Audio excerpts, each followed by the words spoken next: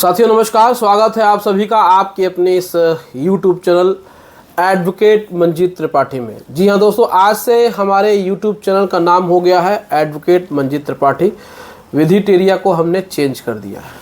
आज की इस वीडियो में हम लोग बात करेंगे डीएम ऑर्डर की। सेक्शन 14 का जो ऑर्डर होता है, किसी भी मॉर्गेज लोन में अगर आपने कोई भी सिक्योर्ड लोन लिया है और आपने ईएमआई देने में डिफ़ॉल्ट कर दिया है, आपने अपनी ईएमआई नहीं दी है और आपका अकाउंट एनपी हो गया है, बैंक ने आपको डिमांड नोटिस भेजी जिसमें कि 2 महीने का टाइम आपको दिया जाता है। उसके बाद भी आपने पैसा नहीं दिया, अकाउंट रेगुलर नहीं किया, उसके बाद 13/4 की नोटिस आ गई। उस 13/4 की नोटिस का भी जवाब आपने नहीं दिया और फिर बैंक ने डीएम के यहाँ एप्लीकेशन फाइल करके आपके घर के खिलाफ फिजिकल पोजीशन का ऑर्डर ले लिया। अब ये फिजिकल पोजीशन का जो ऑर्डर आता है, इस फिजिकल पोजीशन के ऑर्डर को कैसे डील करें। अगर आपके घर को बैंक सील करने के लिए डीएम से परमिशन ले लिया है, डीएम ने स्थानीय पुलिस को भी आदेश दे दिया है तहसीलदार को नियुक्त करते हुए, और आपके घर का पोजीशन लेने के लिए एक डेट निश्चित कर दी गई है, तो इसका आपको कैसे ऑब्जेक्शन करना है, कैसे इस पर स्टे लेना है, आज की इस वीडियो में पूरी डिटेल से हम आपको बताएंगे। देखिए, सबसे पहले तो हम आपको बता दें कि अभी तक तो क्या होता था कि आप हाई कोर्ट जाते थे और हाई कोर्ट में आप केस फाइल करते थे स्टे के लिए, तो हाई कोर्ट में समय थोड़ा लगता है और उसमें क्या होता है कि उसमें आपको डायरेक्शन दे दिया जाता है कि आप समुचित रेमेडी, यानी कि जो आपके पास रेमेडी है उस रेमेडी का इस्तेमाल करिए और आप डीआरटी जाइए। तो आपको क्या करना है कि आपको डीआरटी में सेक्शन 17 दाखिल करना है, सरफेसी एक्ट का सेक्शन 17 धारा 17 के अंतर्गत आपको सिक्योरिटाइजेशन एप्लीकेशन यानी एसए फाइल करना है। लेकिन यहाँ पर हम आपको बता दें कि धारा 17 के अंतर्गत आप जो रेमेडी मांगेंगे आपको वही रेमेडी मिलेगी। आप उसमें जो रेमेडी नहीं मांगेंगे वो रेमेडी कोर्ट आपको अपने मन से नहीं देगी। अब इसमें बहुत सारी बातें हैं। कुछ लॉयर्स क्या करते हैं कि वो उस रेमेडी को नहीं लिखते हैं, उस रेमेडी को उस प्रार्थना पत्र में, अपने उस एप्लीकेशन में, ऐसे में नहीं लिखते हैं और फिर वो सोचते हैं कि कोर्ट अपने आप प्रिज्यूम कर लेगी, समझ लेगी और हमको वो ऑर्डर दे देगी।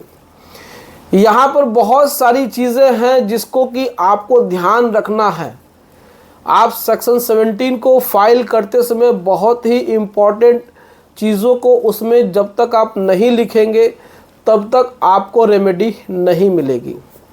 सबसे बड़ी बात उसमें यही लिखना है कि बैंक ने आपके अकाउंट को गलत तरीके से एनपीए किया है और गलत तरीके से एनपीए करने के बाद बैंक को अगर आपने 13/2 की नोटिस का जवाब दिया है तो बैंक ने आपको रिटर्न में कोई जवाब नहीं दिया है।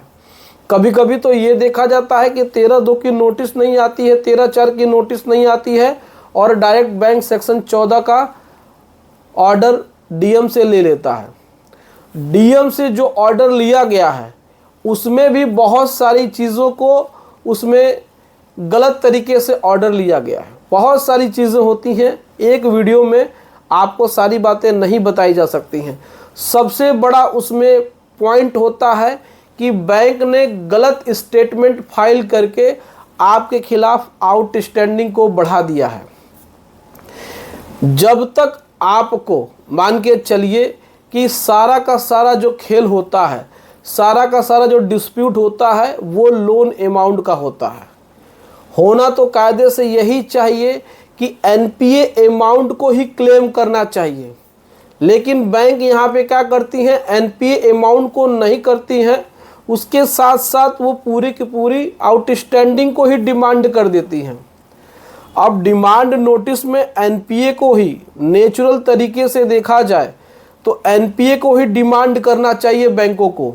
एनपीए है अगर वो 6 महीने से है, साल भर से है, तो जितनी ईएमआई बाउंस हुई है प्लस उसका पैनल इंटरेस्ट, उसको जोड़ करके वही आपसे डिमांड करना चाहिए, न कि पूरे लोन अमाउंट को। अब आपका लोन अमाउंट है, अब लोन 15 साल का है, आपने 3 साल दिया है, तो वो क्या करते हैं, पूरे के पूरे 15 साल के लोन का पूरा आउटस्टैंडिंग जोड़ करके वो सीधे स्टेटमेंट फाइल कर देते हैं कि ये लोन दिया गया, इतना उन्होंने बकाया है, वो हमें रिकवर करना है।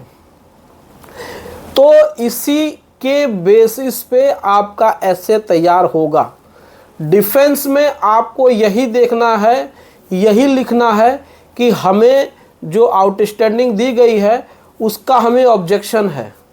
हम बैंक को अपना एनपीए अमाउंट, जो भी हमारा एनपीए अमाउंट है, चाहे वो 6 महीने का है चाहे साल भर का है, उसको हम पेमेंट करना चाहते हैं, हम अपने अकाउंट को रेगुलर करना चाहते हैं। ये सारी रेमेडी अगर आप लिखते हैं तो डीआरटी से आपको राहत बहुत जल्दी मिल जाएगा। स्टे की बात आपको ऐसे में ही कर देना है, आपको आइए एक अलग से फाइल करने की ज़रूरत नहीं है, उसी में स्टे में, इसमें स्टे के लिए आप अलग से उसको लिखवा लीजिए और स्टे के लिए तुरंत आप उस पर जोर देकर कहिए कि हमें स्टे चाहिए, क्योंकि जो भी डीएम का ऑर्डर है वो गलत तरीके से निकाला गया है और गलत तरीके से हमारे घर के पोजीशन को लेने की कोशिश की जा रही है। तो उस पर आपको स्टे उसी में लिखवाना होगा, तभी जाकर के आपका घर सुरक्षित होगा, बचेगा, अन्यथा जो प्रॉपर्टी है वो आपके हाथ से चली जाएगी। तो हमेशा याद रखिए, सेक्शन 17 दाखिल करते समय इन सारी बातों का इस्तेमाल आपको करना है। तो उम्मीद करते हैं दोस्तों कि ये वीडियो आपको पसंद आई होगी। वीडियो अच्छी लगी हो तो वीडियो को लाइक और चैनल को सब्सक्राइब जरूर करिएगा।